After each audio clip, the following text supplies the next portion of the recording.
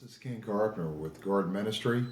I want to come to you now. We were going to shoot a video on Callaloo tonight, but we'll probably shoot that tomorrow because we've had a major storm come through North Shelby County here this evening. This is a plant called longevity spinach. I introduced it to you before, and it's also known as the diabetes plant. And I want to talk to you a little bit about it because we're going to be doing a lot more work with it in the future, and I want you to see it as well too. I bought four original plugs here that were very expensive, and we had to wait 4 months before they even sent them to us so that I could start this process here. Off of these, and the fourth original plant I've already given away to one of our friends who's a gardener, who's a diabetic too, severe diabetic type 1. And I gave her a cutting as well too, and she's using it to propagate for herself for her own diabetic needs. These here are the original plants that we bought, okay? Now I took the cuttings off of those plants and created these three plants here. And so they're coming along just fine as well too.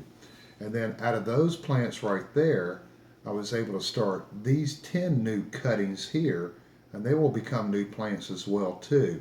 Off of those cuttings here, I got these leaves. Now with longevity spinach, all you have to do is include about 4 or 5 leaves a day into your daily diet if you're a diabetic, and it helps regulate your insulin that you take in. It's been known that people with type 2 diabetes can eliminate their insulin through taking longevity spinach on a regular day in their diet. Type 1 diabetics, like my wife is, are able to regulate their blood sugar to the point that they don't have spikes where it goes up and down. This is a very important plant to be growing, and it's a very important plant for garden ministry to be growing.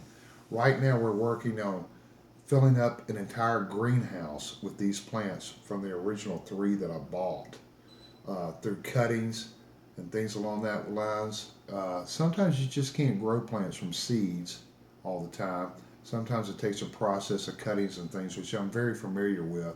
I've been known in the herb community of taking leaves from scented geraniums and creating over 50 plants from one leaf.